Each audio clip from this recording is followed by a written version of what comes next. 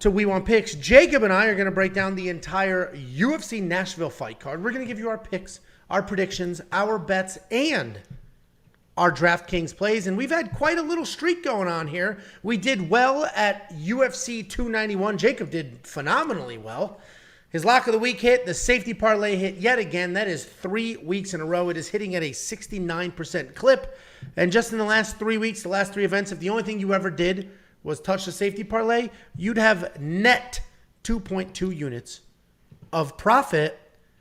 We also have, and this goes by the wayside quite a bit, we also have the best DraftKings ownership projections in the game. And I know this probably isn't the audience for that. A lot of you probably don't play DraftKings, or if you do, you're not doing the large field tournaments. But just a reminder, our DraftKings ownership projections are included with that $10 membership, and they are literally the best in the game. DFS Army, Roto Grinders, these massive companies that charge... They don't know shit. Charge $100 or more. Check to see if we're lagging, because you just lagged. Your audio from your video did not sync up. We were supposed to test that beforehand. I have to switch cameras now if it's laggy. It's definitely a good half a second behind. Anyway, those big-ass companies charging $100 for their content, it's the same shit we have, except more. $10 a month, you're going to get everything. But we're not the only ones who did well this weekend. The rest of the premium member community did as well. I was tagged in, tweeted at, DM'd, and sent over $53,000 in winning tickets from premium members alone. I will only ever show premium member tickets on here. And we have that whole channel in the Discord dedicated to winning tickets from premium members. You guys have absolutely been killing it. You've absolutely been killing it. We have the sharpest community in the game. Period. End of story. And what I love about a lot of these winning tickets is you listen to the insight, then you go use our tools. You use the data, you use the insight, and you may end up on the other side of a pick, but you got there using the information, using the tools, using the line movement tracker, using the detailed data, metrics, and analytics. This is a teach a man the fish type environment. Yes, you're going to get our bets. Yes, you're going to get our picks. You're going to get our fantasy plays, but you're also going to get the tools, the information, and everything else so that you can find your spots as well. WeWantPicks.com. It's only $10 a month.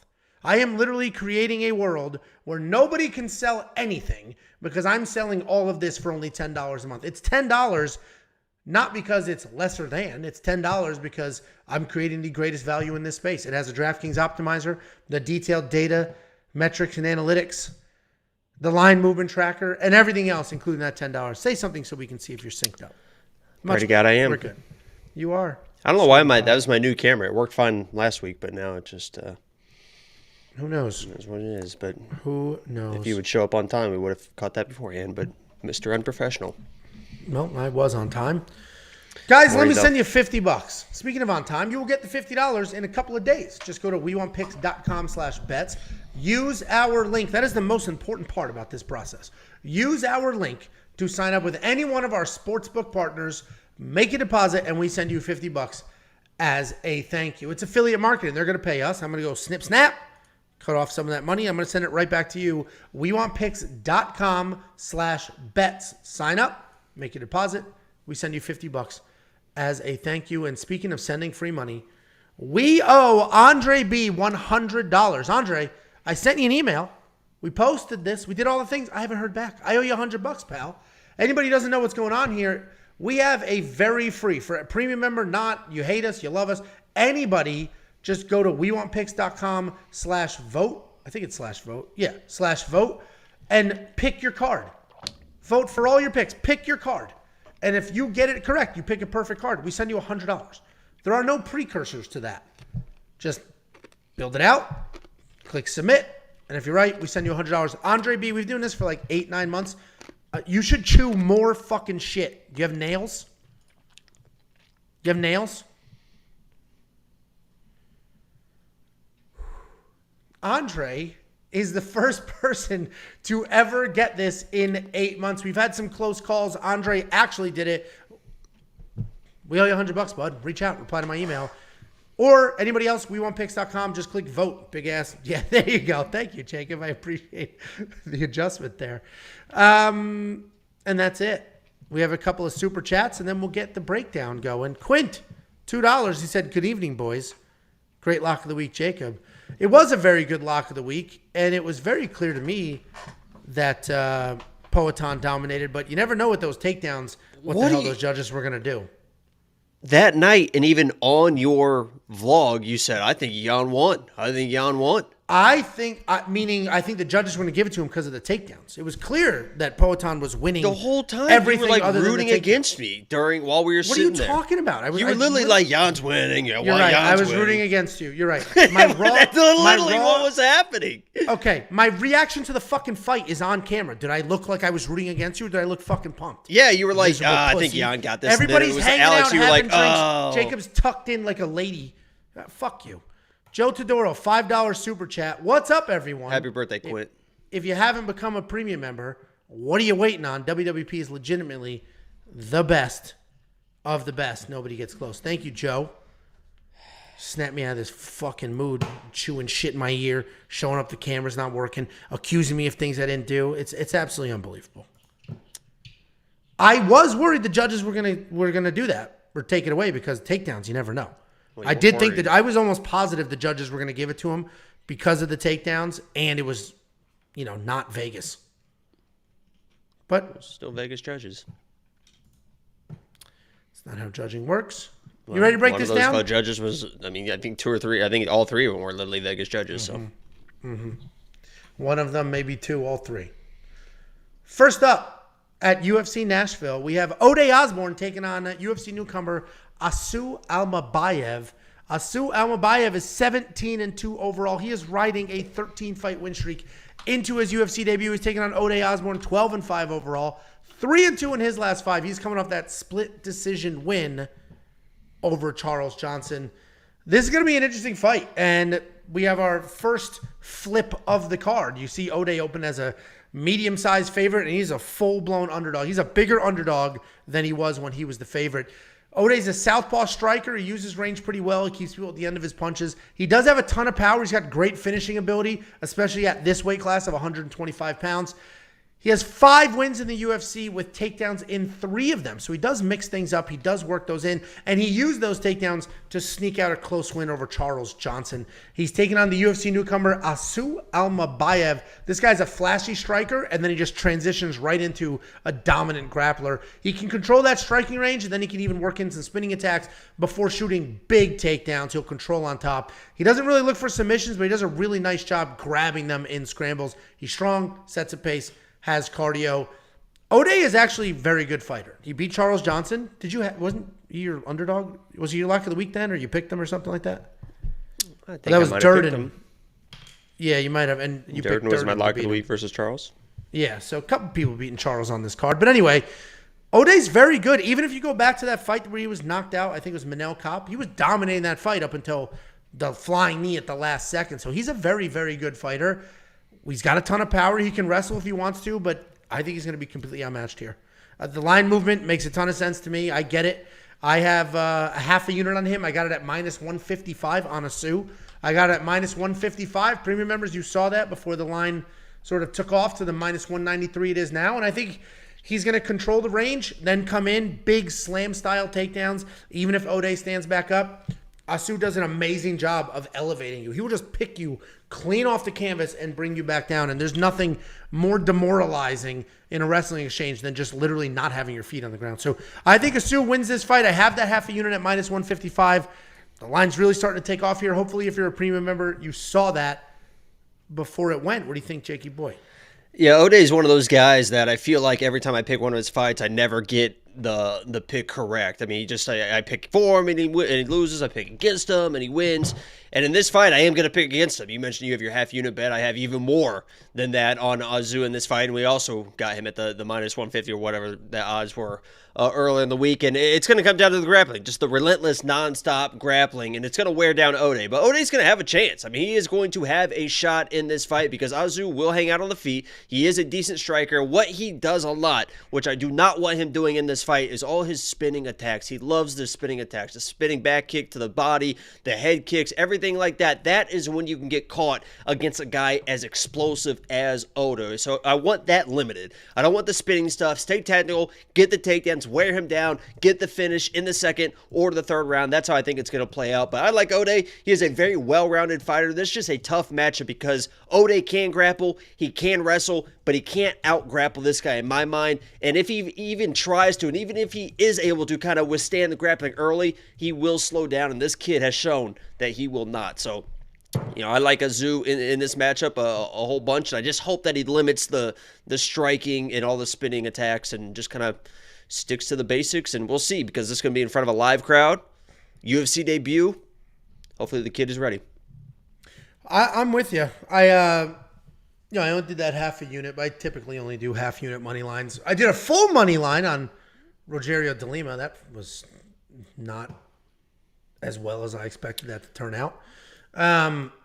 Sorry for yelling at you. I apologize. I really let you have it there. So we're on the same side of this pick. You know what's funny? I have a feeling you and I are going to be on the same side of a lot of these.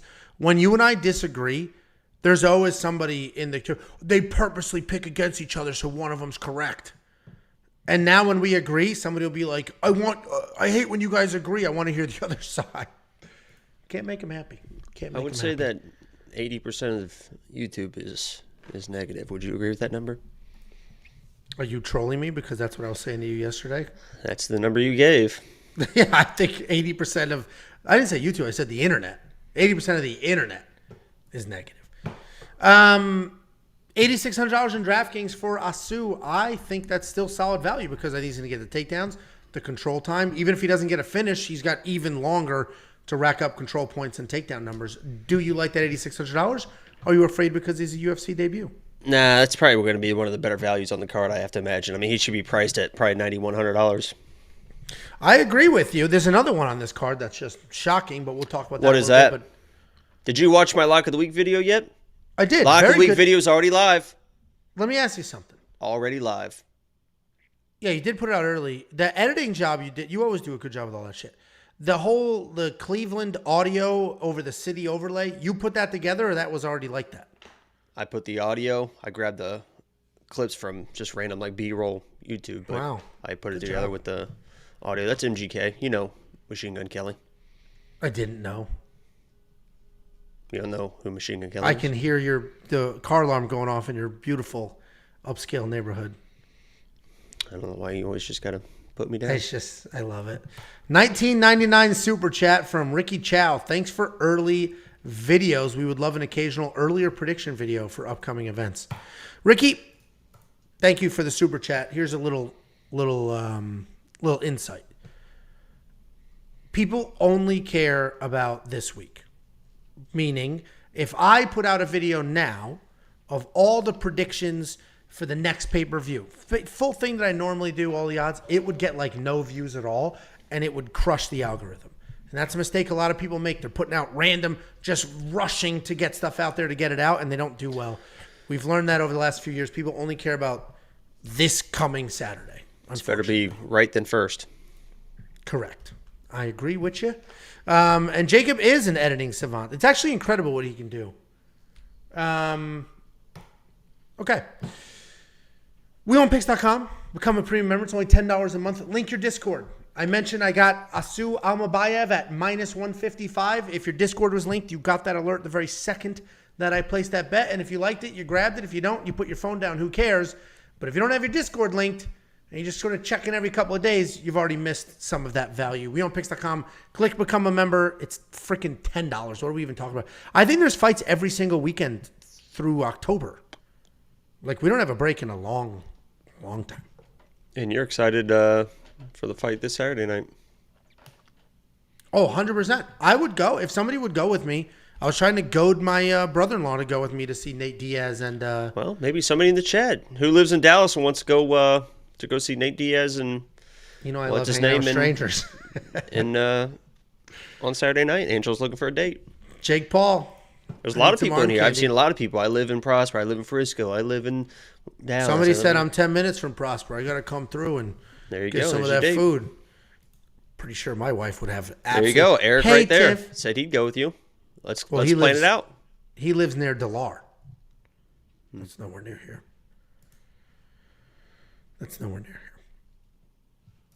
Next up, at UFC Nashville, we have a snip, snap, a Michael Scott situation. Sean Woodson has had 3 opponents in 24 hours. 3 opponents in 24 hours. As of right now, or as of, what was this, an hour ago? You texted this to me? 2 hours ago, maybe? As of an hour or two, this new opponent, Denis Buzukja. Yeah, it was about an hour and a half ago. Yeah. So as about an hour and a half ago, Denis Buzukja, they officially announced he will be taking on Sean Woodson. Sean Woodson is 9-1 in his career. He's 3-1-1 in his last 5 years, coming off that draw with Luis Saldana. Denis Buzukja, 11-2 overall, 5-0 in his last 5. He is riding a 7-fight win streak into this very short notice UFC debut. Sean Woodson, as we know, he's got great boxing. He's got legit power, and he had that before he moved into MMA. He's very long. He knows how to play that game really well. I don't normally care about reach. Reach is one of the things that people obsess over, an inch, 2 inches. A 3-inch reach advantage is 1.5 inches on each side, right? Most of the time, it means nothing. But Sean Woodson does use his reach really, really well. He's obviously incredibly tall for this weight class, and he knows how to use that reach because of that professional boxing background.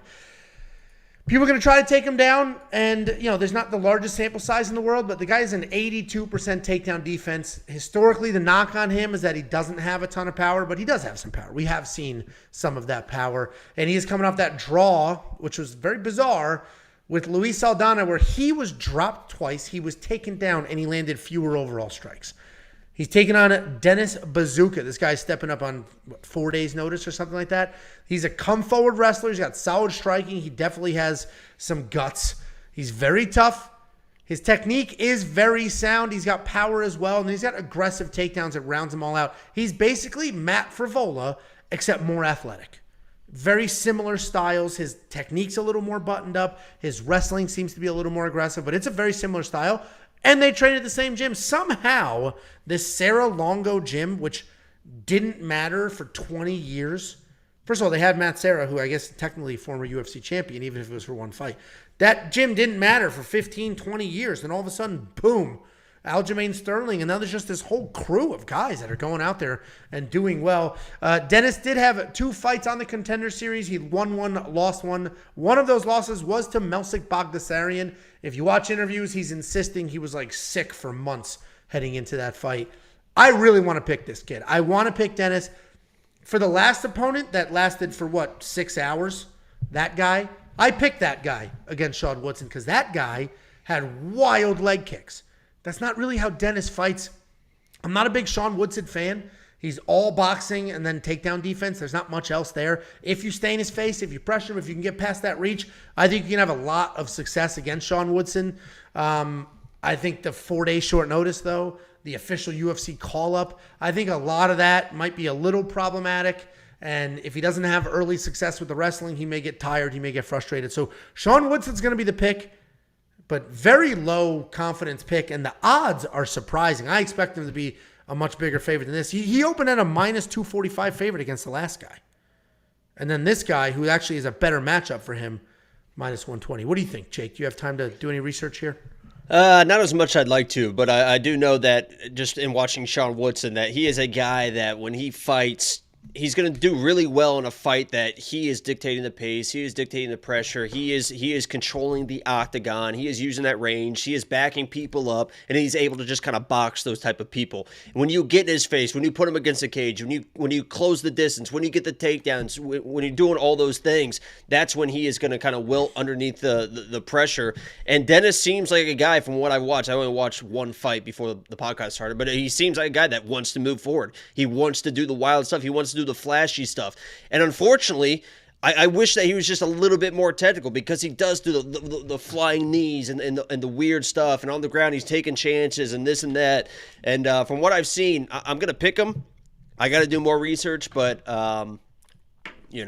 he seems like he can put the pressure on Woodson. And Woodson, I mean, like you said, he got dropped, and there was a lot to be desired. But that was a weird fight too, because that was at the elevation card too. So he looked slow, but a lot of people looked slow that card. And I'm going to pick Dennis right now, but I mean, that's just based off literally 10 minutes of watching a fight. Yeah, I mean, I really want to pick him. If it wasn't short notice, I'd be all over him. And he probably does win this fight. I debated betting, and I'm like, if I hop on a bet on either side, I'm just chasing something just because I've convinced myself there's value. But if we're going only off of Sean Woodson's last fight, yeah, Dennis Buzukja is going to smoke this guy. But also, 4 days short notice. We just don't know. It's just too much uncertainty and apparently here. He's a piece of shit.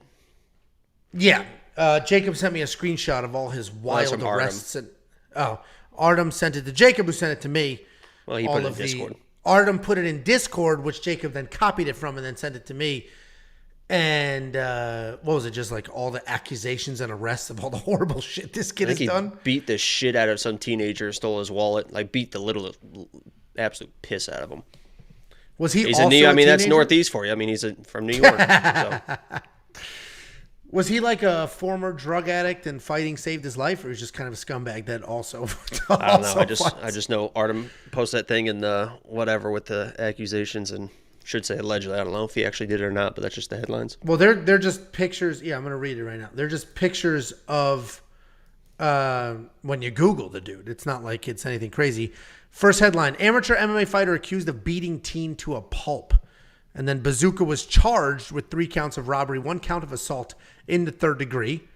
The next headline is man arrested for beating man and then stealing his wallet. 19 court documents show he faces 4 counts of robbery and assault. And then there's a whole, somebody said, once people called him out for attacking my disability, he made a complaint against me. What the fuck? I attack Jacob's disabilities all the time. And obesity is a disability, and you make fun of that for me all the time. I should file a complaint. Go ahead. I should. I'm not obese, though. Right? I don't know. When you were walking in before the stream started, I almost said something to you about having a DC body. You look very DC-like these days. In my defense, we spent the last couple of days at the water park, just eating, floating. So what's going to be next excuse, Angelo? Floating. Listen, Sean Woodson is $9,600 in DraftKings. That's locked in because that was his price for his original opponent. They don't adjust that pricing. So Dennis Buzukja might be, we don't know what he'll be. He could be anything because he may end up being the favorite before they establish his price point. But whatever it is going to be better value than Sean Woodson's $9,600. That's for sure. It'll be interesting to see what that looks like. I'm very curious to see what this line does. Literally, these odds dropped about 10 minutes before I made this graphic. What price point would you grab Dennis at? What's your max? I haven't done enough research. I have no idea. I literally watched 2 rounds of his fights. So you're very composed tonight. Is because I screamed at you and I sucked the life right out of you? I'm just here so I don't get fined. Okay, there you go. WeOwnPicks.com. Become a premium member as soon as we get the DraftKings pricing on Dennis Buzukja. Pretty cool last name. You will have the full analysis of who you should have in your lineups, who you should not have in your lineups, the ownership projections, and everything else will be available to you as soon as that is available to us. WeOwnPicks.com, $10 a month. Next up, at UFC Nashville, we have what seems to be the comment section's favorite underdog on the card, Cody Durden taking on Jake Hadley. Cody Durden, 15-4 overall, 4-1 in his last 5. He is riding a 3-fight win streak. He's taking on Jake Hadley, 10-1 overall, 4-1 in his last 5. He's coming off the quick KO over Malcolm Gordon. Jake Hadley is a striker. He does have some slick BJJ mixed in there as well. He's got solid boxing, good timing, then decent takedowns and aggressive BJJ on the ground. Hadley's a very good fighter. He's had titles in all of the regional promotions. He is coming off that win over Malcolm Gordon where he needed just 1 minute to get the knockout. He's taking on Cody Durden. This guy's a heavy-handed wrestler. He averages almost 6 takedowns per fight. He likes to come forward, throw big looping shots, and then try to get those takedowns. He'll chain wrestle. He'll continue to dive at legs until he gets it to the ground. And while his wrestling can be non-stop, he's pretty loose on top. He has kind of trash control, which is how he has so many freaking takedowns in a fight. He had 11 takedowns against Charles Johnson. We know Charles Johnson's got a good get-up game, but you should not be getting 11 takedowns in a fight. And this is a tough fight to pick. These odds are shocking to me, and they're continuing to widen, which I'm very surprised at because Jake Hadley at a 2-1 favorite. While I agree He's the better overall fighter. He's going to be the better striker, probably the better BJJ. He'll be the better, more well-rounded fighter. But Cody's just going to come forward and wrestle.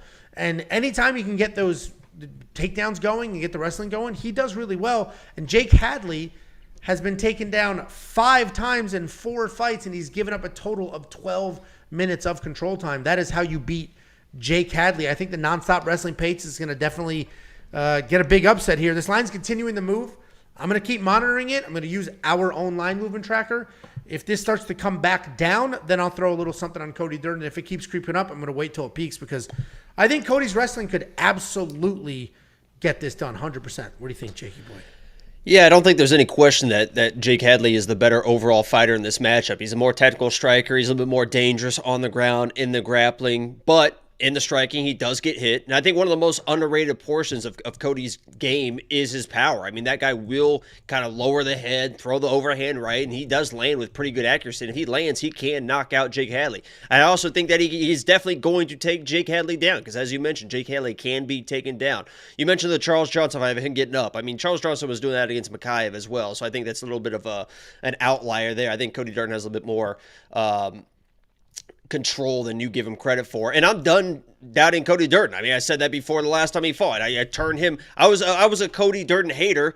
He proved me wrong, even on Twitter. He literally, before one of his fights, he came on Twitter and said, Jacob, I am going to prove you wrong. And that's exactly what he did. So I made him my lock of the week versus Charles Johnson. I said, okay, he said he's going to prove me wrong. He did. So I'm going to back him again. That's exactly what he did. So coming in this fight, and until he shows that he just cannot outwork somebody, I am going to continue to pick Cody Durden because Jake Hadley is a guy that you can outwork. He's got to be on his P's and Q's, especially early with the submissions of Jake Hadley because Jake Hadley is very, very good on the ground, but he will play that off his back in that guard game, and Cody will play that all day. Maybe he gets caught in a submission. You know, I have a money line bet on Cody. I also hedged it with submission bets for Jake. I feel like I'm in a pretty good spot there in the first couple rounds, so my pick is Cody, but I fully understand the threat of Jake on the ground, but I think Cody can obviously get these takedowns, get the control, stay safe, and squeak out this decision. Once it gets to the third round, I think they're going to be a little bit too tired for a submission, so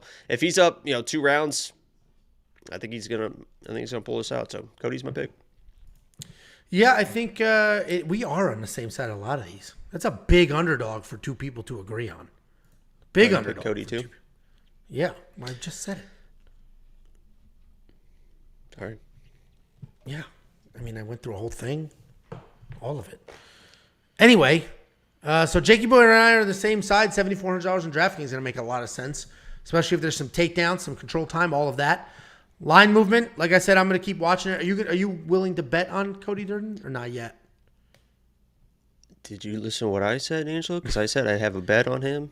I did not. I guess you called me out. No, because some fucking Quackenbush said some shit and I was trying to find him on YouTube. Just kick this turd. Can you kick him? Well, he said, all right, no more hate. Good luck with your future bets. He called us a fraud. For no reason. Over here, giving out free videos. $5 super chat from Christopher Rios. Christopher says, been watching for months and became a premium member today. Let's go. Appreciate you, Christopher. Good luck. If you need help poking around, there's that video dedicated to just walking, 20 minutes, I think, walking through everything that's available to you. I'm definitely going to have Cody Durden in my lineup at $7,400. These are the exact types of underdogs that score well in DraftKings. Because even if he loses, I don't think he's just going to get smoked instantly. I will say the problem is the personality's a little rough. Big sunglasses, all the crap he keeps wearing. He's really leaning into this. I'm going to try to be a heel. I'm going to try to be, what's his name? Who's that welterweight heel? Cody Durden's going that direction. Oh. Fucking fighting for a title. Or maybe fighting for a title. God damn, who is it? Can't read your mind. Somebody help me out here. Kobe Covington. Thank you, Fight Talk Only. You're officially back on my good side. Guys, premium membership's only $10 a month. We just got the super chat. Well, I guess he didn't vouch for it yet because he hasn't used it yet. But join Christopher Rios. Become a premium member today. Next up, at UFC Nashville, we have Jeremiah Wells taking on Carlston Harris. Jeremiah Wells, 12-2 overall. 5-0 in his last 5. He's coming off that split decision win over Matt Semmelsberger where he was dropped twice, but he still gutted it out and got himself 6 takedowns. He's taking on Carlston Harris, 18-5 overall, 4-1 in his last 5. He's coming off that control-heavy win over Jared Gooden. Jeremiah Wells, he's still undefeated in the UFC, not in his career, but in the UFC, he's still undefeated. He's got 3 stoppage wins.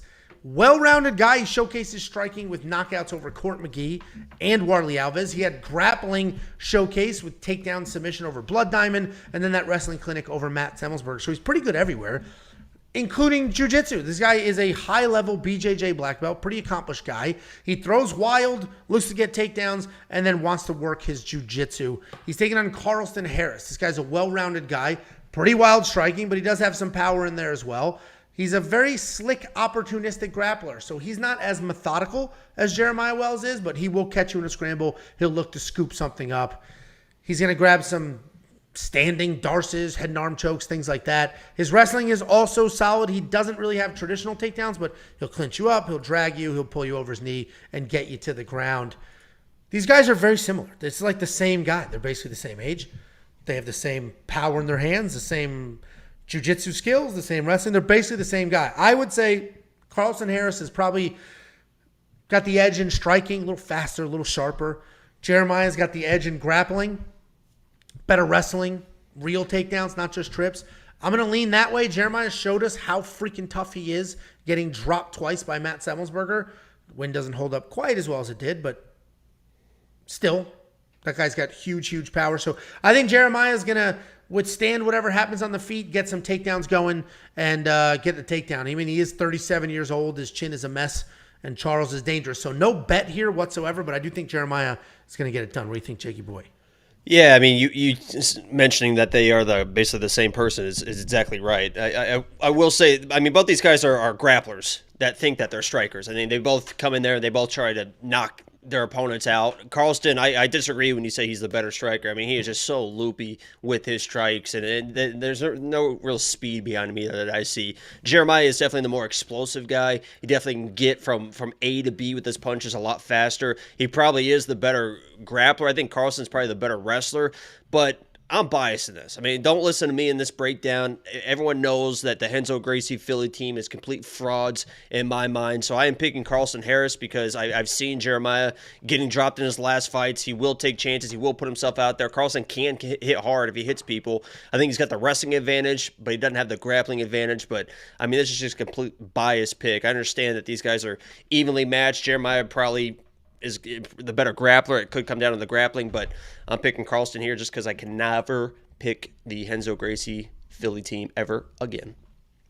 Yeah, you definitely are not a huge fan of that team. And you went from your favorite fighter of all time, or second favorite, behind who's your favorite? Old guy. True OG. What? From Albuquerque. Your favorite fighter of all time. My brain is not firing on all cylinders. Ryan Hall? No, Cub Swanson. Cub's your favorite. Cub's not your favorite fighter of all time? He's like an OG fighter, I guess. But yeah. Well, anyway, you went from... Hey, my point was your second favorite fighter or whatever was Pat Sabatini for a while, and then he showed up with no hands. You're like, I'm done with this gym. I'm done with all of them. They beat Bilal Muhammad. There's just no improvements from any of them. Not in the striking, at least. Obviously, they're grappling. They're all good grapplers. Yeah. And honestly, going into this card, I've said it for a long time that I could not wait to fade. When Jeremiah ended up winning that fight versus Semi, I could not. I was so excited that he won because I knew that I was going to fade him in his next fight. I didn't care who he fought. But this is a good matchup for Jeremiah. If I'm putting my bias aside, I mean, this is a good matchup for Jeremiah because he should have the grappling advantage and he can match him in the power too. I just worry about his chin. So I'm going with Carlston though. I mean, Carlston was going to be my lock of the week. Why didn't you? Because then you saw Camur and you're like, I gotta go Camur here. Oh. Was that a spoiler? You put the video up. Well, people watch the videos. What are you talking about? The videos. There's probably people in here that haven't watched the video that would have got real All excited. right, I didn't realize it was a spoiler. Well, you already put it out there.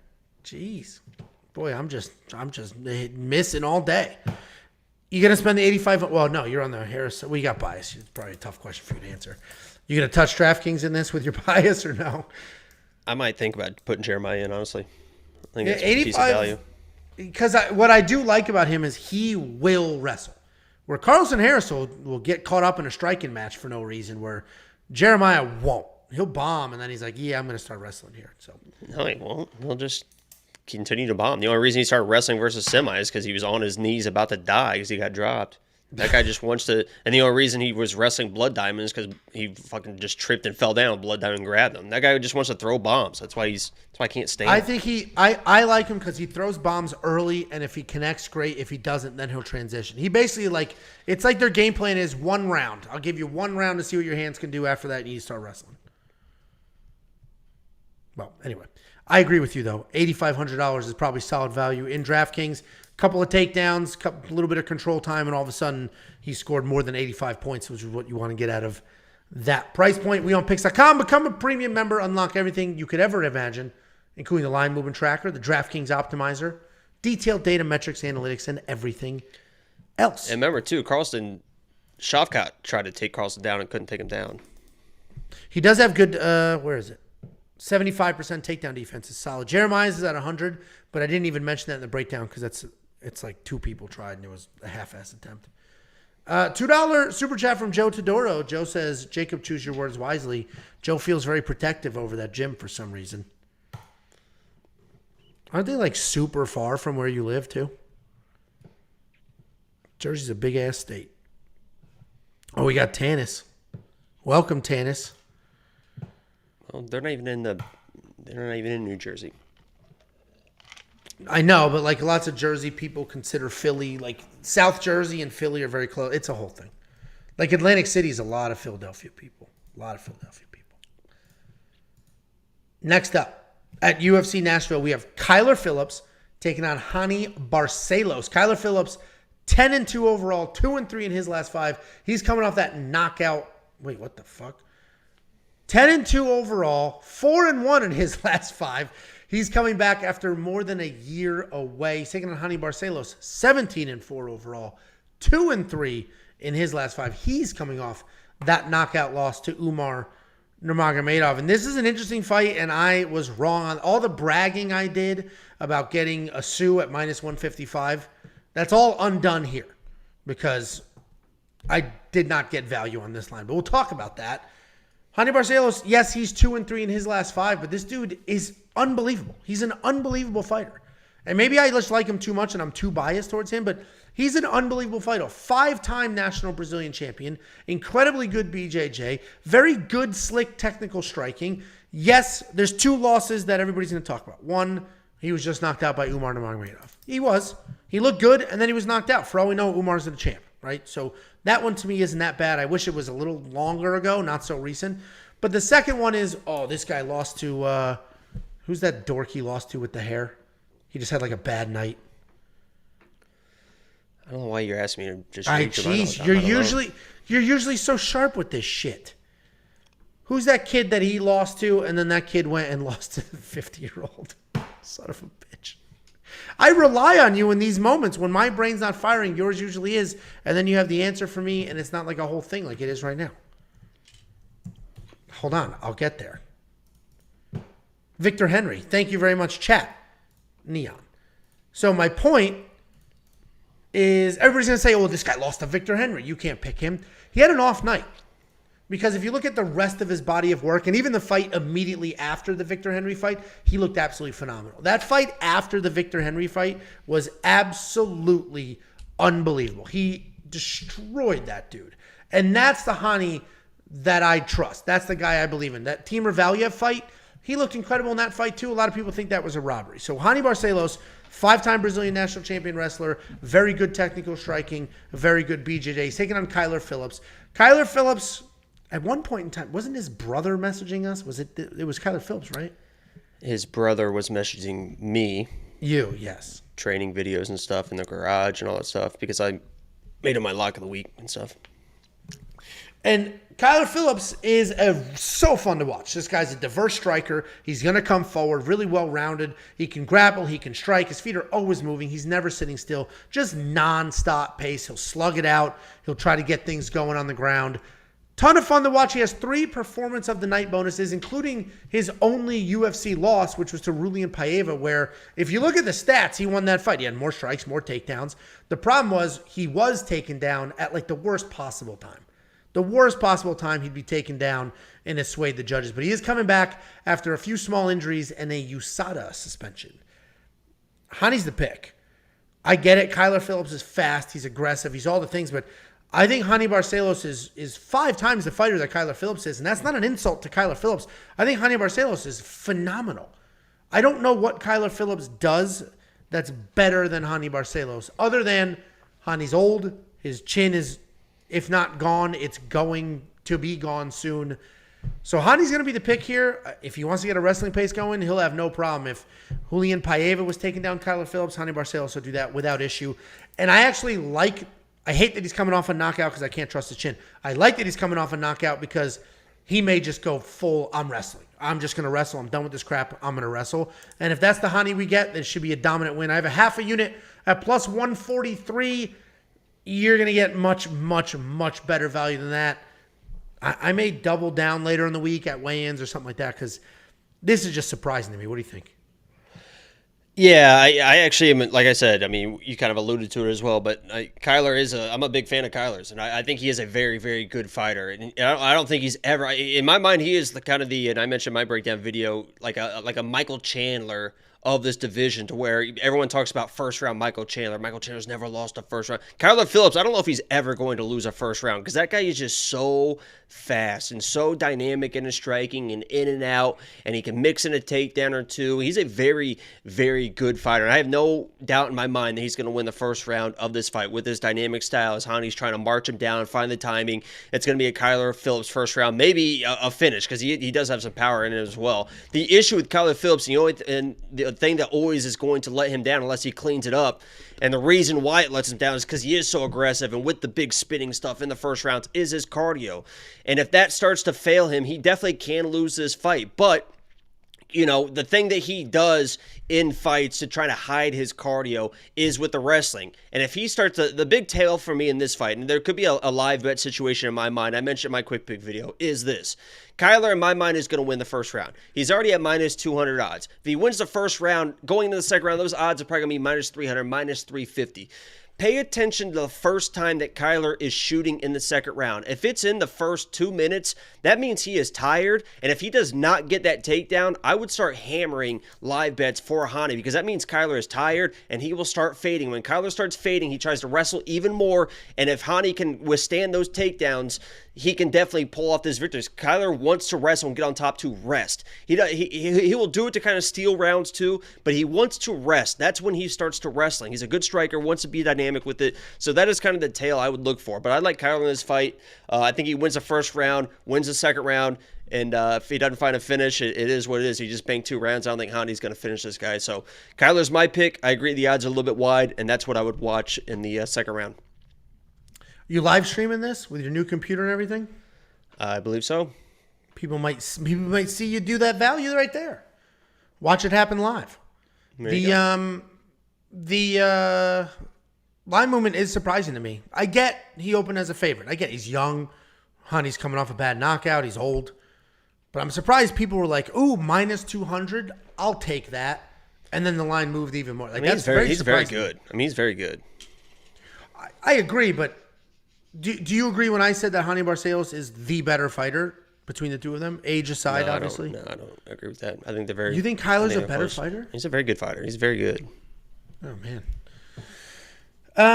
He's so well rounded. I mean, he's got very, very good striking, in and out. Doesn't really get hit. Can wrestle.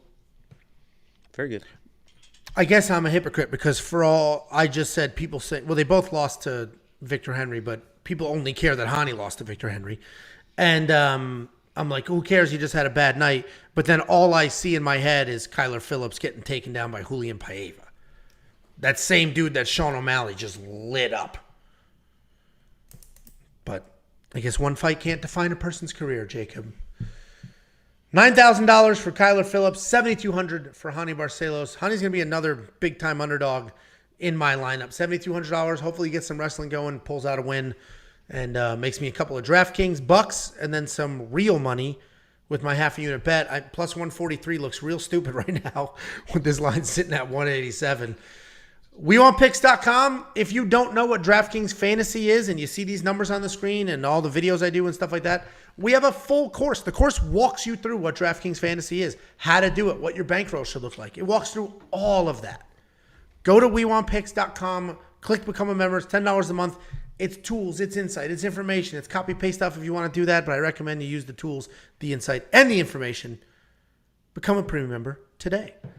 We have a $2 super chat from Tony. Says, Jacob, was it not tight enough? LOL, cheer up, brother. I did this. This is my fault. I yelled at Jacob early and just sent him down. That's my fault. This is the rest of the stream, guys. If you're looking for laughs, this isn't the one. I would tune out now. This is not the stream. Next up at UFC Nashville, we have Billy Quarantillo taking on Damon Jackson. Billy Quarantillo, 17-5 overall, 2-3 in his last 5. He is alternating wins and losses. He's taking on Damon Jackson, 22-5 overall, 4-1 in his last 5, coming off that loss to Dan Ige. Listen, I'm not going to spend a ton of time doing the individual fighter thing. This is a really tough pick. And the line hasn't moved at all, which is surprising to me. But Billy Quarantillo, guy's a good grappler, solid striking, incredible aggression.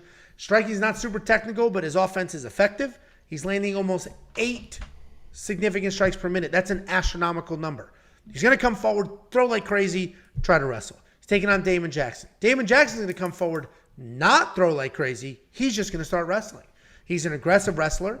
He has really good control when he gets you to the ground. Solid grappling. He did knock out Pat Sabatini, but I would not call Damon Jackson a big power striker. This is a really, really tough pick.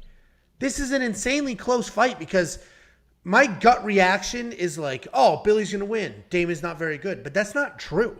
Go through Damon's fights. Look at the 4-fight win streak he put together before losing to Dan Ige. That had knockouts in it and submissions. He's getting takedowns. He's out grappling people. And yes, he has looked sloppy at times, like that Dan Argueta fight. Dan took it on short notice, and that was a bit sloppy. But Damon Jackson is always grinding. He's always doing something. He's not just backing up. The only reason I am going to pick Billy Quarantillo in this fight, I have it listed as low confidence. The only reason I'm going with Billy here is because in Damon's last fight, he decided to strike. And at no point did he mix it up. At no point did he say, I should probably try to wrestle here. And he got lit up, and it was just clear that there's levels to the sport. And Dan Ige, we know how good Dan Ige is. But it just made me question, like, oh, man, what decisions is he going to make in this fight? Is he not going to come wrestle immediately? So Damon Jackson, I think, is a phenomenal underdog. I haven't pulled the trigger on it yet. But I wouldn't be surprised if Damon Jackson spoils a lot of people's nights. What do you think, Jakey boy? Yeah, I don't think he wrestled Dan Ige because I think it's probably easier to try to strike and knock out Dan Ige than it is to wrestle and out-grapple him. But I agree with this fight. I mean, both these guys are similar, both coming off knockout losses. You would assume the Billy Q knockout loss was a little bit worse because he got the knee and he just kind of fell flat on his face, but he kind of popped up pretty quickly, where Damon, with that knockout, kind of stayed down a little bit longer.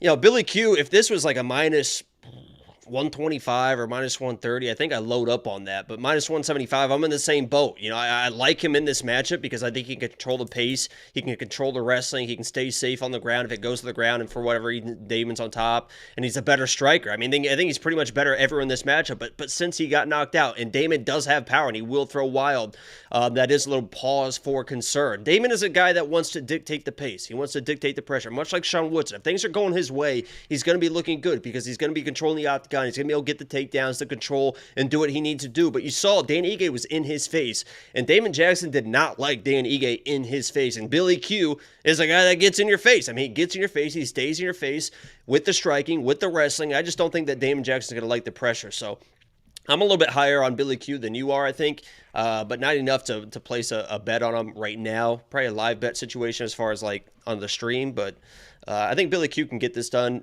fairly easily. It could end up being a pretty good value if he shows up the way he should, but he's going to be my pick. Yeah, it is tricky, and the line hasn't moved really at all, so it will be interesting if it does move, because I think a lot of people are like, Damon Jackson should lose, plus 150 is not worth it, or Billy should win, minus 175 is too much. It's just sort of sitting there. It'll be interesting when we see, what day do you send Or do you see those? You send them to me. Those like MGM, the percentage of bets and stuff. Usually on Saturday. It'll be interesting to see. I bet this is the lowest bet fight on the card. Maybe weigh-ins will change something because I have a feeling Damon's going to look much, much bigger than Billy, and that, for some reason, does affect line movement. Billy's part of that Ray Longo crew, too. So they've had a lot of success, as you mentioned earlier. Yeah. I've never seen a resurrection of a gym like that before. It's crazy. I've only seen the opposite. Like, I've seen, we just talked about this the other day, Jackson Wink. Jackson Wink was like the gym of all gyms. It sort of just fell off, and they haven't really built the next generation. Somehow, Longo Serra Gym over there has just built the next generation, just out of nowhere, just quietly built the next generation of fighters. It's crazy. Absolutely crazy.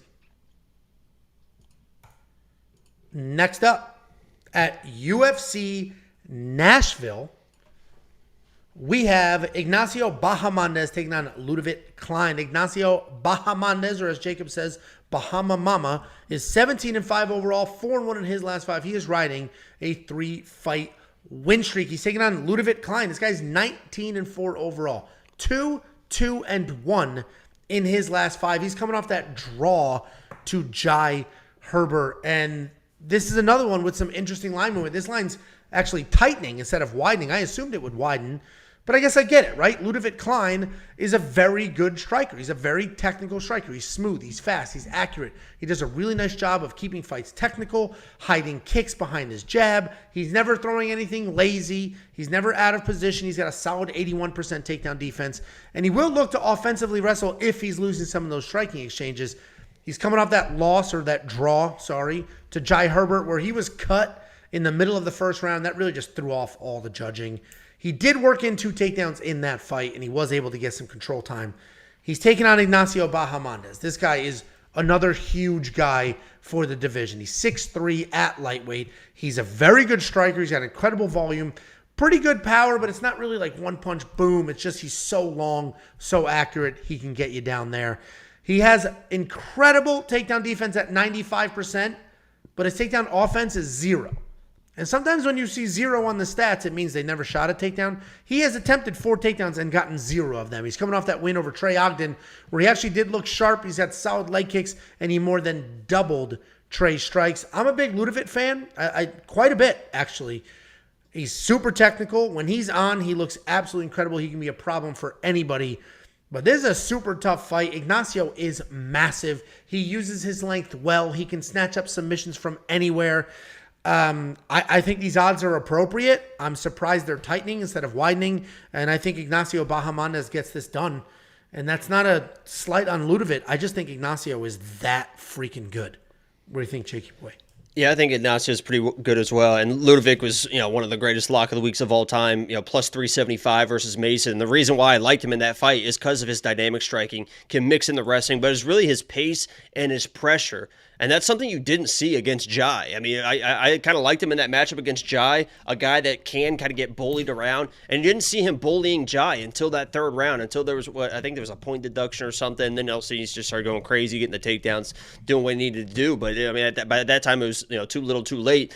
And it was really the length of Jai. I mean, you could tell that he was just kind of staying at that kickboxing range and really didn't know how to get inside the dynamic, fast, rangy striking of Jai. And if there was a Jai times 2 or a Jai 2.0, it's probably Ignacio. I mean, Ignacio is basically Jai Herbert, but a better version of Jai. He doesn't have, as you mentioned, the kind of the offensive wrestling, as Jai will throw in a takedown or 2 against some people. But Ignacio is better. I mean, he's basically a better version of Jai. And if Ludovit, Ludovit, this is a very winnable fight for Ludovit. So people that want to play the Ludovit side, I understand it. But he needs to show up and be that aggressive Ludovit. He needs to get in the face. He needs to close the distance, push him against the cage, make this kid work, put him on his back, and he's got to be careful doing that too, because Ignacio's got decent front chokes and everything like that. So, but Ludovit's got to bring the pace. He's got to bring the pressure. He has to be the one dictating the octagon, pushing him backwards, and I just don't know if he's going to be able to do it against Ignacio. Ignacio's got good footwork. He can circle around. He knows how to keep that range, Chilean national kickboxing champion or whatever it is. So, unfortunately, I like Ludovit. I'm going with Ignacio. We're on the same page. Have we disagreed yet? We have. Oh. All right. Yeah, well, I like Ignacio here. I think he is... I want to say he's safe to parlay, but then this will be the fight where Ludovit smokes him, and it's like, yeah, of course the guy was such a freak. Yeah, Ludovic's more than capable of winning this fight for sure. Super technical striker, and you're like you said, without the threat of a takedown, maybe he doesn't have to worry about it. But what I think could happen is if Ludovit gets touched up a little bit and then shoots his own takedown, Ignacio could snatch something up. He's phenomenal at scooping things up in those defensive wrestling positions. He's just so freaking long. Just works in those chokes and gets things going. Anyway, $9,100 on DraftKings is tricky because without the takedowns, without the threat of a takedown and control time and the 5 point, without any of that, you're going to need a stoppage out of him. And Ludovit's not, that's going to be tough to do, right? We're both on Ignacio, but you thinking $9,100 is worth it? No, because, I mean, if he wins, in my mind, he needs to win safe. Like, he needs to just kind of keep his distance, kind of point. If he starts throwing power, I think he'd get countered and get caught, which, not good. I agree. I probably a fade at $9,100 in DraftKings because without the grappling and probably not a finish, then what's he really going to score? We'll take a look, see what he did against Trey Ogden because that could look somewhat similar. WeOwnPicks.com. Click Become a Member. You'll unlock literally everything. Picks, bets, fantasy information. FanDuel as well. We don't talk about FanDuel very often here or at all. But everything we have for DraftKings, we have for FanDuel. Full breakdowns of every single person you should put in your single entry, multi-entry, ranking the fighters by salaries. All of that for FanDuel, for DraftKings, the DraftKings Optimizer. There's so much. It's honestly insane. $10 a month at WeOwnPicks.com. Just click Become a Member. Next up, at UFC Nashville, we have Tanner Boser in his second fight at light heavyweight, taking on Aleksa Camur. Tanner Boser, 20-10 overall, 1-4 in his last 5. He's coming off that knockout loss to Jan Kutalaba in his light heavyweight debut. He's taking on Aleksa Camur. This kid is only 6-2 in his career. He's 3-2 in his last 5. He is coming off of 2 losses and 2 years away. Tanner Boser, as I mentioned, stepping in his second fight at light heavyweight. And while his debut was a huge dud, he's still a talented guy. He's a pretty athletic guy.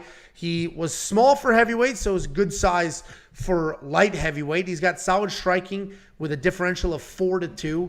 He's got 61% takedown defense. He does have 0 recorded takedowns in the UFC, but he's got good hands with very big power. He's taking on Aleksa Camur. You haven't seen this guy in a couple of years, but he was here. I promise you, he was here. He had that fight with Nick Negumereanu 2 years ago where he landed way more strikes, almost had a handful of takedowns, probably should have gotten the nod, but Nick Negumereanu was grabbing that fence and sort of preventing that from happening. But this kid is an aggressive technical striker. He's coming back after 2 years away, as I mentioned. He does work in grappling when he needs to, but he's very fast. He throws solid straight punches. And when he isn't wrestling, he's going to work in some takedowns. Meaning, if you're not shooting on him, he'll shoot on you. He's not a wrestler, but he can get those going. Tanner Boser is 1-4 in his last 5.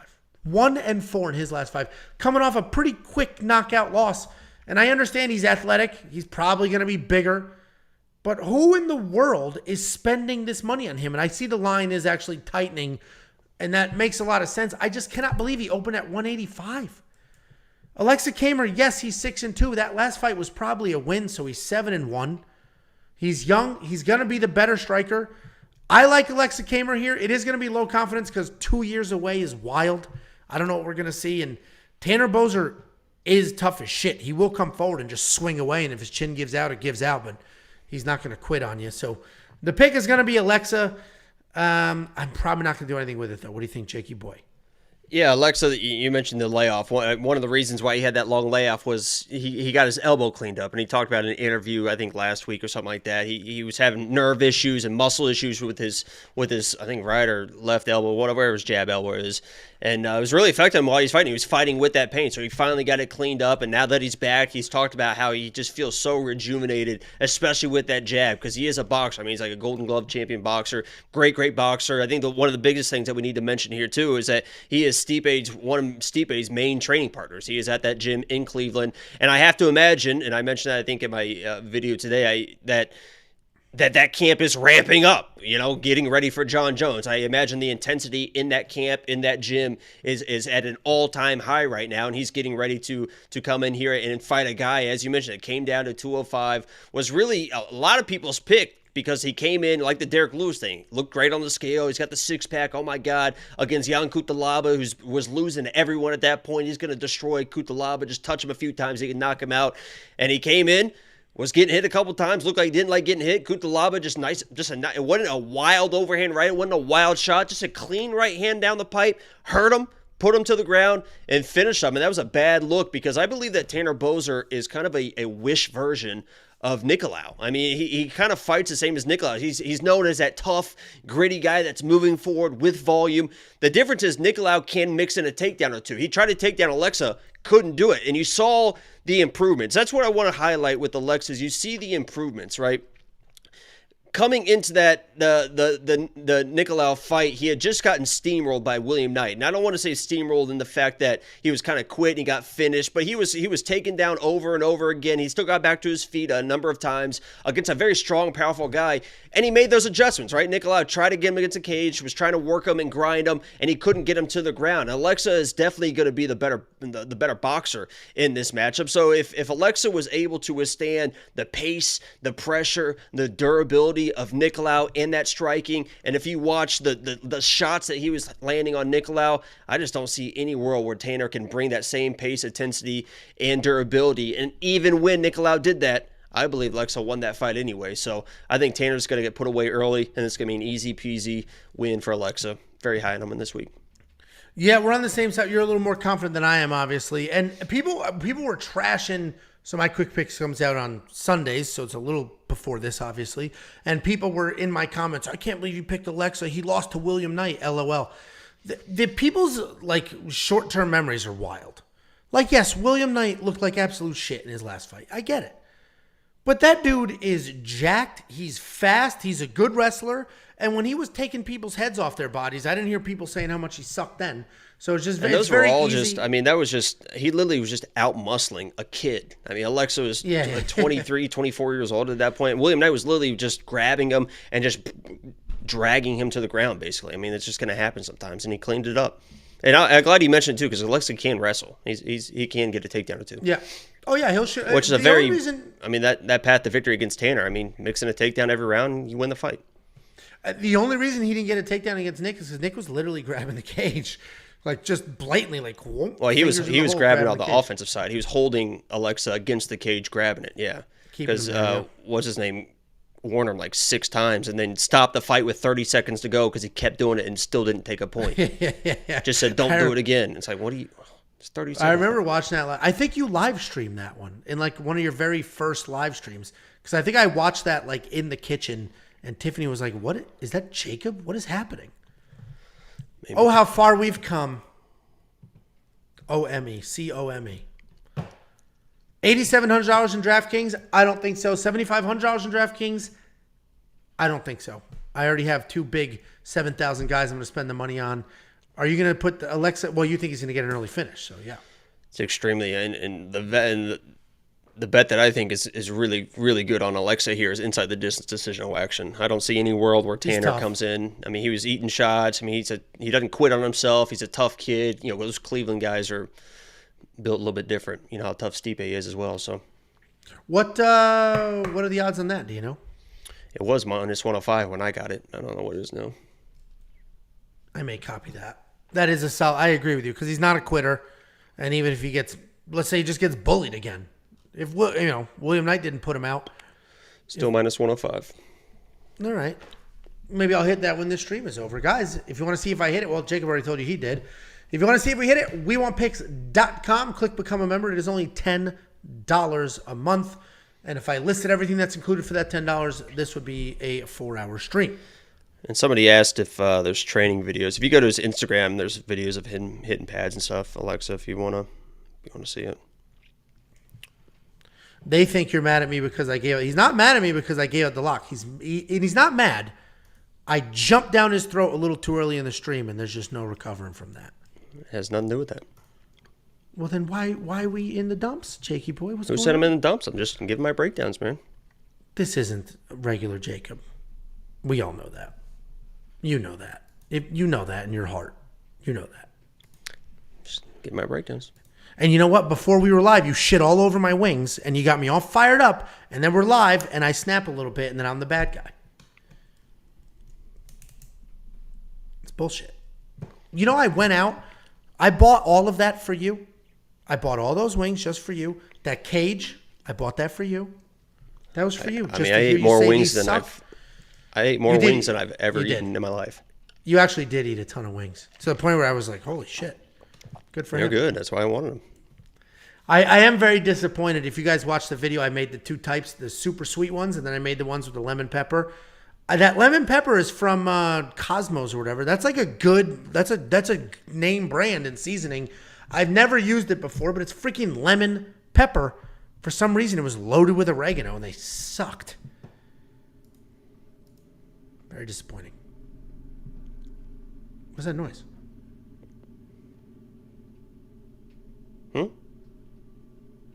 What is that noise? Well, I'll say it so you can make fun of me. It's a train, Angelo.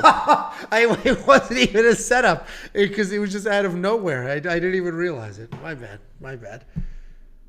Next up at UFC Nashville, we have Diego Lopes taking on Gavin Tucker. Jacob and I are going to definitely disagree on this fight. We got Diego Lopes, 21-6 overall, 2-3 in his last 5. He's coming off that short notice loss to Movsar Evloev. He's taking on Gavin Tucker, 13-2 overall, 3-2 in his last 5. He is coming back after a knockout loss, but 2 years away.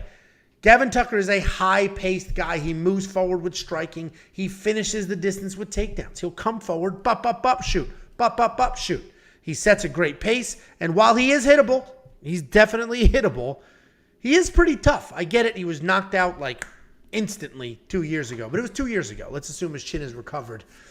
He averages 3 takedowns per fight, and he had 7 takedowns against Billy Quarantillo in 2020. He doesn't necessarily have big one-punch knockout power, but between volume and takedowns, he can create openings and get finishes. He's taking on Diego Lopes. Here's my breakdown on Diego Lopes. Okay. He is a talented kid. He's going to bomb away in his feet. He gets pretty wild and loose striking. He chases finishes. But he does throw in combinations, which is nice. Doesn't have much to offer in the wrestling department, but has very good jiu-jitsu. He won a couple of scrambles against Movsar, and he really made Movsar work in that fight. Diego Lopes is a good fighter, but he gets taken down very easily. That's the big knock on him. This line is crazy to me. Minus 237 is bizarre because Diego Lopes gets taken down very easily. And yeah, he's got wild striking, but Gavin Tucker should be the more technical striker. I think he's going to come in, throw, shoot takedowns, and he'll probably be in a couple of sketchy situations. But I think he's going to survive the grappling and ride out a 29-28 or better. Basically, what Movsar did. And I get it. Movsar was like, what was he, minus 600, minus 700 in that last fight? I think this line has a lot to do with the fact that Diego Lopes stepped up on short notice against a guy that people, myself included, thought should have been a 10-1 favorite, and he made it a close fight.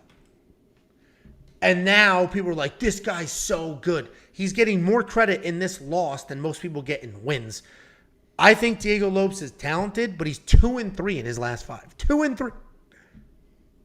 I just don't see this happening. I think Gavin Tucker comes forward, keeps the volume in his face, gets the takedowns, and he's going to beat Diego Lopes. Probably beat him worse than Movsar did. I have a half a unit on plus 115, and boy, am I fucking stupid because you can get it at plus 155 now. And we're going to check out weigh-ins and go from there. I get it. Gavin was knocked out. You can call him Chinny if you want. The dude only has 2 losses. He was knocked out by one of the better strikers in the division 2 years ago. That chin is recovered. I like Gavin to get it done, and the Diego Lopes love is bizarre to me. What do you think? Yeah, I mean, I get it because he did put him in some weird situations, but I agree. I remember when I was watching that fight, and I tried to warn people about Evloev. I mean, I was going to pick Bryce Mitchell against Evloev because I knew that Evloev was kind of a pussy, and Diego showed that in the grappling exchanges. But when I was watching that, And remembering that back, I was like, oh yeah, Diego almost won that fight. And I think there was a few people that were like, I think that Diego did win that fight, with his submission threats and all that stuff. And then I rewatched it Sunday, and I was like, holy shit, like that fight really wasn't even that close. Like he had that arm bar in the first round, kind of got mauled the entire second round, was getting mauled the entire third round until he threw up that knee bar or whatever at the literally in the last like 20 seconds, he almost got that knee bar. So yeah, he almost won that fight, but for a majority of that fight, he was being controlled on the ground. And obviously Evloev was trying to, he was doing some weird stuff like, moving his hips out. Oh my God, here comes a triangle and stuff like that. But Evloev was pretty wise to everything. I think Gavin Tucker is going to be pretty wise to everything as well. But Diego, to his credit, striking defense is atrocious, right? I think you mentioned that as well. He does get hit, but he will move forward, and he will kind of. It's almost like the Paddy Pimblett way of striking, right? Just kind of throw your chin out there and just pray that you can land before the other guy lands. And in this fight, I think that he might be able to do that. It just feels like he is just destined for this, he just earned a win. And against a guy 37 years old, coming off a 2-year layoff, just got knocked out in his last fight. It seems like it's just going to be one of those fights where he's going to find a way to win this fight, either in the striking, get him hurt, and then maybe we'll see Diego on top with some offensive grappling. But I agree. I think Gavin's the better fighter here. Anyone that's putting money on Gavin or picking Gavin, I see people in the chat, Gavin lock of the week, all this stuff. I get it. He's the better fighter. Diego does get hit. He can get controller on the ground. Gavin is a better striker, can wrestle, should be able to stay safe in the grappling. But I'm going to ride the train here and pick the kid because he just showed unbelievable toughness, even though he was kind of controlled that whole fight. And I think that he's kind of due for this win. And I think our AI robot enjoys those big age gaps too. I'm going to ride that train. I'm going to take the young kid here in Diego. If you did nothing else but pick based solely on the younger fighter, I think it's something like 62% of the time that's correct, which is like, that's a problem, especially in this matchup because I've got money on Gavin. And yeah, he's 37. He was knocked out. But it's been 2 years of abuse free, meaning not 2 years of getting his head smashed in fist fights, 2 calm years. So hopefully, yeah. And I'm picking Diego, but at plus money, I would throw money on Diego. But anything minus, he just had to show me enough that I'm putting minus money or putting him in parlay. Some people are like, oh, Diego's lock. It's like, oh, dude, the love I'm seeing for Diego is wild. Like, I get it, like because he's a fun dude and stuff like that. But when you're trying to be smart about it, it's like. Yeah, especially because he's not going to get a takedown. So now we're relying on him to hopefully get a submission off his back or make something happen on the feet. He can't defend the takedown either. So even if he gets Gavin in trouble, so I get it. He's also super young and dangerous as hell, so I get it. This card is going to ruin a lot of people and make a lot of people rich. Like, this is going to be a really weird card. Because would you agree? Like, you could make the argument that almost every single one of these fighters has a chance in these fights. This one actually seems a little bit more straightforward than the last few. Really? When I started breaking this down, because you and I both try to straightforward as far as like maybe not straightforward as picks, but straightforward as far as like the ones to stay away. Like, this isn't a straightforward fight, but I know to stay away from it. Gotcha. The Billy Q and Damon Jackson, that's not a straightforward fight, but I know it's close enough that I'm gonna stay away. It seems like the ones to stay away from are obvious to stay away from, if that makes sense. Yeah. So the picks are sketchy, but the bets are a little obvious. There's a couple of obvious parlays. Seems like there's here. some decent spots. Yeah. Oh, look at you. You got away with words. You know what you said, and I've heard it before, but you said it a few weeks ago, or maybe a month ago. You're like, both things can be true. That's obviously a common thing. You didn't invent that. Right. But you said it, and it was perfect. I say that shit all the time now. Because Tiffany was like... Yeah, literally. That's how people try to argue all the time. It has to be one or the other. It's like, no. Yeah, like Tiffany's like, you're a fat piece of shit. It's like, hold on. Both of those things can be true. It's not one or the other. Right. They're both true. $7,900, no, I'm not touching it. I already got the half a unit money line on him. I already missed the value. That was dumb as shit. Maybe this line takes off even more and I'll sprinkle a little. Probably not, but I'm going to leave that alone in DraftKings. I imagine you will too. You're going to spend $8,300 on... if he wins by submission or finish, all of a sudden he's the best value on this card. But yeah, according to the odds, it's already the best value when it comes to DraftKings because he's... I mean, what did we look at earlier when somebody was? I can't remember what the fight was earlier. Felt like they were priced a lot higher, but their odds were a lot lower. Yeah. You're not going to see a minus 240 at $8,300 very often. No, not very often at all. And that's actually because it must be when this line moved, because he opened as the dog. Right. So the line started to move, and then DraftKings did their pricing, and then it continued to move. So, yeah, this is a full-blown flip as well. WeWantPicks.com. Click Become a Member. It's only $10 a month. And honestly, even if it's not for all the wild shit we put on there to make it the best value in this game, it's just an awesome way to support us and keep this show running. WeWantPicks.com. Click Become a Member. $2 super chat from Bulldog Creations. We won him over, Jacob. He hated the show at first, and now we're the only people he watches. What didn't you like? Is it the arguing?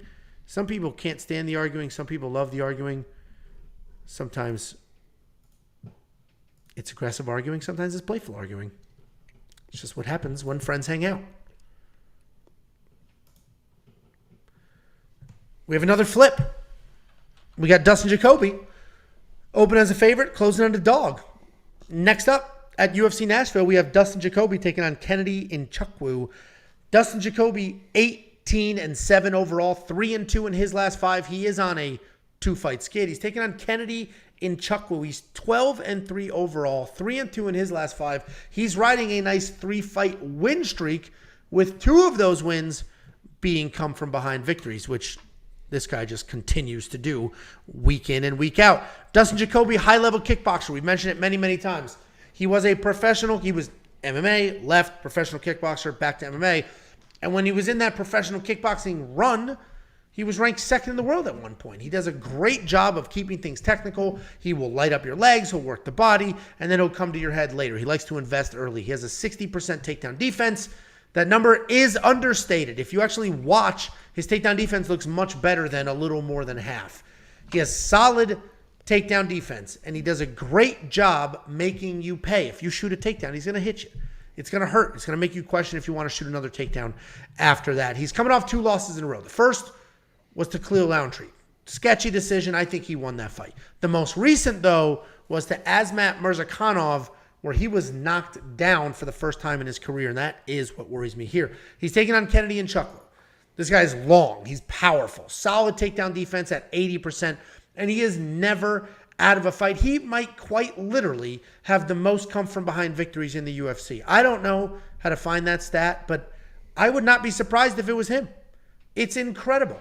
Some of them are at the end of the 3rd round. Boom. Others are lost the first, got the knockout in the second, but he is losing fights more often than he's winning them, but he's able to pull it off. He can be a little gun shy, which is how he even ends up giving up rounds, but then he lets his hands go. He's coming off that submission win over Devin Clark, where he was almost finished in the first round. Came back, got it done in the second. I mentioned it just a few minutes ago. This card feels like it can be a disaster, honestly. Every single one of these fights, I feel like I could make an intelligent argument on the other side. I'm going to pick Kennedy Nzechukwu. He's just insanely dangerous. He's huge. He's never out of a fight. And we just watched Dustin Jacoby get dropped. And by Azmat Mirzakhanov, who's not like the biggest hitter. Biggest hitter? He's not hammer-fisted. But then I could also make the argument Dustin Jacoby was ranked number 2 in the world. He's going to be the more technical kickboxer. How could you not go with him? This is super tough. The pick is Kennedy Nzechukwu because of how insanely dangerous he is. And it's getting old trying to pick against the guy because it doesn't matter how bad he's losing. He's just going to pull it off later in the fight. So if Kennedy wants to get it, he's got to get his hands going early because if he lets Dustin pick apart his legs, he's going to have problems. But Kennedy's the pick. I'll be rooting for Dustin Jacoby because I'm a big Dustin fan. What do you think, Jakey boy? Yeah, I think you basically nailed it when you said Kennedy's a more dangerous guy. I think that's what it comes down to in this fight. You know, Dustin, I agree. I was a big Dustin guy. I was one of the only people. I got trashed for picking him against Dawu Jung in that fight, and he came in and got the big knockout. And you really thought that he was going to be one of those next guys that kind of takes over this 205 division with his kickboxing style. And as you mentioned, good takedown defense. Will kind of shoot a takedown or two on his own as well. But then you come in that Khalil Roundtree fight, and I agree. I think he probably won that fight. But that was a fight that, in my mind, mind, he should have dominated. I mean, I thought that he really should have dominated the striking exchanges in that Khalil Roundtree fight. And you kind of saw the confidence start to leave in that fight in my mind, right? He was doing the volume. He had the volume, but Khalil was landing the powerful shots. And that's why he was able to get kind of that split decision win, because he was landing what appeared to be the more significant strikes in that matchup. And against a guy like Kennedy, you don't want to have him landing significant strikes. You don't want him landing the big shots. And you saw that carry over into that Azmat fight. So Khalil started touching him a little bit more, was able to sneak it out. Dustin came in that Azmat fight, got hit a couple times, and then it's almost like the confidence was completely gone. And Dustin, without that confidence, without him, doing the showboating stuff, you'll see like the watch the birdie, and then he's trying to hit from the outside and dancing around, the footwork. When he doesn't have that confidence, he's almost just a regular guy. I mean, he just seems like kind of a regular fighter, and there's nothing wrong with that. But to be one of those top guys, you have to have a little bit of extra. You got to be something extra. And during that streak of the no-loss streak where he had that draw in there, whatever, it looked like he could be that guy. But against Azmat, he kind of folded underneath the pressure. He kind of folded underneath the power of Azmat. And Kennedy does have that power. Yes, he can be tentative at times. He can fall behind. But once he has you hurt, and I think that's the biggest difference in this fight, is Dustin, if he has you hurt, he will kind of jump on you, but he doesn't. It seems like he lacks that kind of second gear in my mind, where Kennedy does not lack that second gear. I mean, he will turn it on. He will look for that finish. And I think that's the biggest difference in this fight. I think these are two guys on two different career trajectories in my mind. I think Kennedy's on his way up. I think Dustin's on his way down. He is an 18-7 fighter. He won a lot of fights to get even to 18-7. So, unfortunately, Dustin is kind of my guy, but I'm actually pretty high on Kennedy in this matchup. I think they're both kind of the same type of striker, and Kennedy's a little bit rangier and a little bit more dangerous. So I'm going Kennedy.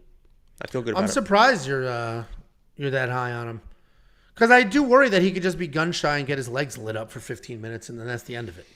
I think he's gonna like this matchup. It's a good matchup. He could, because he probably doesn't have to worry about takedowns, which is like. And Dustin will take his time too. I mean, he'll just kind of outpoint, jab, circle, circle, circle. I think Kennedy's gonna have time to find his rhythm in this fight. I think it's gonna be a breakout fight for Kennedy. It could be. I mean, he's definitely fun to watch. He literally is never out of a fight. Like, you could go through every single fight, every single one of his wins, and be like, yep, he was losing that. Yep, he was losing that. Yep, he was losing that. So he's never out of a fight. So I guess even if Dustin does have early success with leg kicks and stuff like that, it's not crazy that Kennedy will just whomp later in the fight. $8,400 in DraftKings. You trust him to get a finish? Because there's not going to be takedowns. So I think it's going to be a breakout fight for Kennedy. So that sounds like he'd be decent value in DraftKings as well. Open as the dog, going to close as the favorite. I'm curious to see how far this line goes. Weigh-ins are going to be interesting because he's a massive dude. He's 6'5". He's a big guy. And he's not like, oh, Sean Woodson's so tall for the weight class. Sean Woodson looks like he's going to break a leg if he steps off a curb weird. Kennedy Nzechukwu, I don't know how he makes 205. He is big through and through. Dustin's a big dude too. Yeah, he's 6'3". Yeah. Actually, then that could be a bigger issue, too, in that he's just not used to fighting somebody bigger than him. Because the reach is incredible. I mean, Azmat was lighting him up, and Azmat's like 5'8". Maybe that was also a problem. You need a little punching down. WeOwnPicks.com. Click Become a Member. Unlock everything we have to offer. Next up, at UFC Nashville, we have the co-main event of the evening. We have Jessica Andrade taking on Tatiana Suarez. Jessica Andrade, 24-11. 3-2 in her last 5. She is on a 2-fight skid. She's taking on Tatiana Suarez. Undefeated in her career and looking for a title shot. This is an interesting fight. This line movement is the most baffling line movement on this freaking card. Jessica Andrade, former world champion, insanely tough, contender at multiple weight classes. She is not incredibly technically sound at any one thing, but she's well-rounded enough. She's got submissions. She's got power in her hands. She'll bomb away. She's tough, has some decent takedowns as well, but mostly she's a bully. She's going to come forward. She's going to be big. She's going to be strong. She's going to try to push you around. She's a bully. And if she can bully you like she did to Lauren Murphy, she will beat the absolute piss out of you. It won't even be a fight. She will just bash your brains in, pick you up, slam you, throw you around, do whatever the hell she wants to do to you. if she can be the bully. If she cannot be the bully, she has nothing else to offer. She's got no backup plan. Anybody she's fought that was just as strong, just as big, wouldn't get pushed around, just worked Jessica. And that's the problem. She's taking on Tatiana Suarez. Tatiana Suarez, she just came back after 4 years away. She submitted Montelena De La Rosa in that second round. And while she has only fought once in 4 years, she's got a really solid resume. She submitted the current champion, Aleksa Grasso, Carla Esparza as well, who's a multiple-time world champion. And Tatiana is a dominant wrestler. She's averaging more than 6 takedowns per fight. She has 6 wins in the UFC, a total of 24 takedowns. Her striking is just okay, but her wrestling is incredibly high level. And I just don't, what's Jessica Andrade going to do? Of course, she can come forward, she can blitz, throw a bunch of punches, but then all Tatiana has to do is drop and shoot. And Robert's going to talk about all the weight class. She's coming down in weight. She's coming down in weight. I love that she's not coming down in weight after 4 years away. She just fought, got all of those cobwebs out of there, and now she's coming down in weight, and this is it. All her issues are fixed. I think it was neck issues or whatever. Everything's good to go. She's here. I think Tatiana Suarez dominates this fight.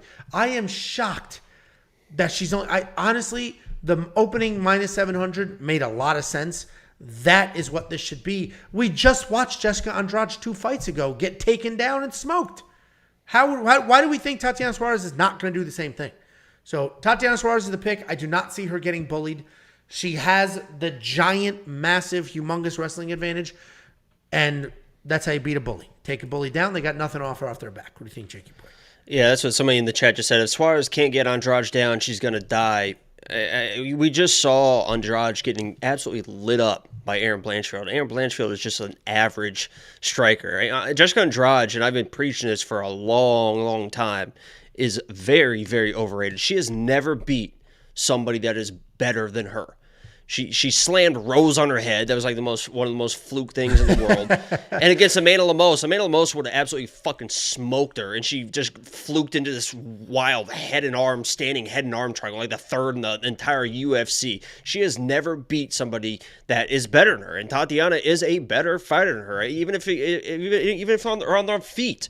It doesn't matter. She can just kind of take her time. Jessica Andrade just throws these wild chin up in the air looping strikes. She is one of those old school strikers. Angela mentioned that just wants to bully people. She's not tactical in her striking. She's not good enough in the ground game. Yeah, it's women's MMA and it's 115 and anything could happen. I mean, I don't want to sit here and say that Andrade doesn't have a shot in hell because anything can happen. We've seen crazier things happen than Andrade landing a shot, hurting Tatiana, and weird things happen because it seems like she gets these fluke wins a lot. But I mean, Tatiana should be able to do what people do. She's better than Andrade. She should just fucking beat her. Take her down and do what she needs to do. I'm surprised. Weren't you giving me a hard time yesterday? Or maybe you were just about the odds or something? Oh, I think it was about the odds. Because I said Tatiana should be minus 1,000. The odds just keep falling. Well, what's funny is I put her in a parlay, and when I grabbed her, she was minus 400. And right after I placed the parlay, she moved up minus 450. And I was like, oh, shit. Well, got that in there in time. And now she's minus 420. But, and then the back fell out of it. I mean, I'm at the point, too, and I mentioned in my quick pick video, too, that, at minus 320, that almost might be worth just a money line bet at minus 320. I mean, it's getting to that point where it's like, Jesus. I mean, you're going to give me that value.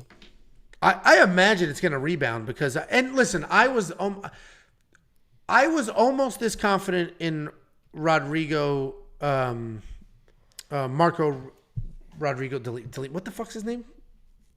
Rogerio de Lima. I was almost this confident. The only reason I wasn't quite this confident is because we know Derek Lewis can do exactly what he did. He always possesses one-punch knockout power. Jessica doesn't really have that one-punch knockout power. She has the push you around and beat you in like she did to Lauren Murphy, but she doesn't have just one punch. Whoop. Yeah, her aggression that people want to tout her for in her striking, the way she bullies people, is going to be her biggest fucking downfall in this fight.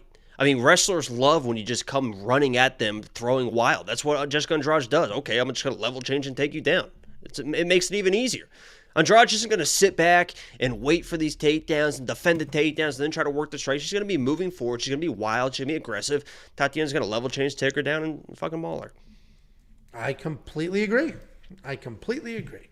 So I'm all over Tatiana Suarez as well. I do think she is safe to parlay, and I do have some money on her, and it sounds like Jacob does as well. $9,500 in DraftKings. I will probably spend that because I think there's a bunch of takedowns. I think there's some control time, and then the eventual submission. I think we can get a second or third round submission. Let's see what Aaron Blanchfield scored against Jessica Andrade. It's probably something like that, but a little longer because Aaron's jiu-jitsu is going to be better. Tatiana's going to have She didn't even try to wrestle till the. I mean, once she wrestled, she finished it pretty quick. She didn't even try to wrestle, I don't think, until the second round. I don't think Tatiana's going to do that.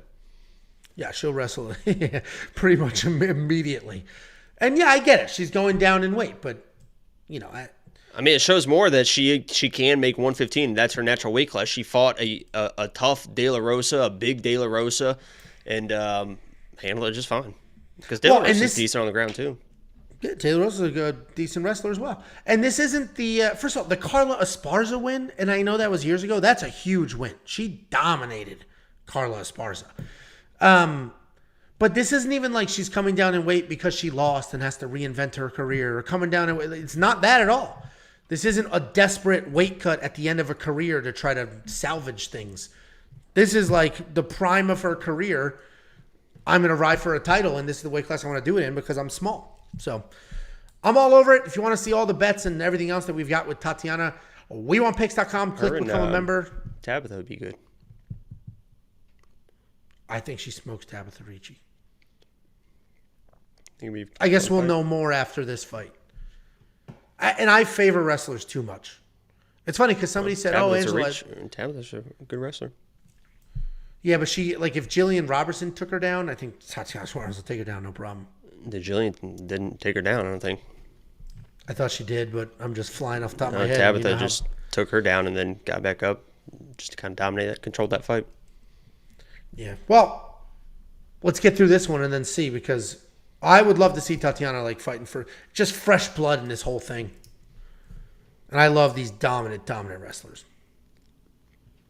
Next up at UFC Nashville, we have the main event of the evening. We have Corey Sandhagen taking on Rob Font. Corey Sandhagen, 16-4 overall, 3-2 in his last 5. He is coming off that win over Chito Vera. He's taking on Rob Font, 20-6 overall, 3-2 in his last 5.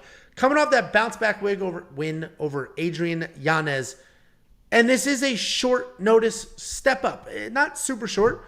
Not as short as that dude, Dennis Buzukja, we broke down earlier, but short enough, 2 weeks, something like that. So that definitely needs to be factored in here. But Corey Sandhagen is long, very active striker. He lands almost 6 significant strikes per minute. He does have some deceiving power, solid technique. He's fluid. He's fast. He's very good with combinations and variety. He's going to throw the punches, the kicks, the elbows, the knees, and he's going to mix up where they all land. He's athletic. He's tough, and he rounds it all out with some solid BJJ. Corey is dangerous.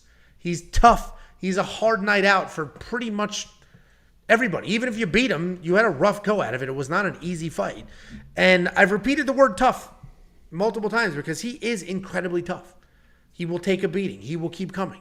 He's had some absolute wars. He's coming off that, I think, a dominant win over Chito Vera, where he almost tripled his strikes. He had 3 takedowns. Did you think that Chito fight was a dominant win? I mean, that was a split decision? I mean, I thought he beat the crap out of Chito. Wasn't that where the judge got in trouble for making it a split or something? It was like absurd. It's like, what the hell is going on here? But anyway, he's taking on Rob Font. Rob Font stepping up on short notice. Rob Font also incredibly gritty, tough, and technical striker. He does have a solid chin. We've seen him get lit up. We've seen his face melt. But he does have a solid chin. He is primarily a boxer, so you're not going to see him kicking. You're not going to see him wrestling. He likes to work in and out of the pocket really, really well. He's got some of the cleanest boxing in this division. It's lightning fast. The technique is incredibly solid. And he is coming off of an incredible knockout win over Adrian Yanez.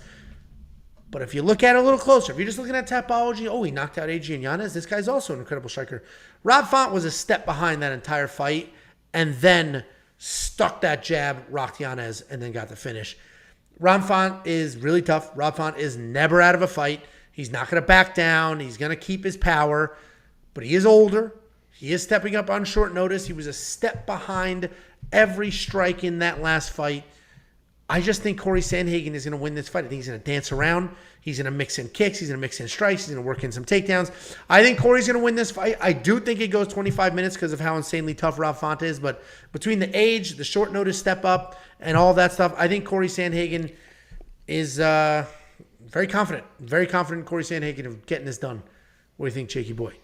Yeah, these odds kind of make sense to me. And I disagree a little bit with the Rob Font being a step behind Yanez. I think that was a pretty close fight. But I do agree that the knockout was more indicative of Yanez making a mistake more than Rob kind of doing what he needed to do. He capitalized on the mistake, and it definitely wasn't a fluke or anything like that. I mean, he outboxed a boxer and found the shot when it was there, but Yanez kind of gave him the shot. And the reason I mention that is because Corey doesn't really give people those type of opportunities with the striking.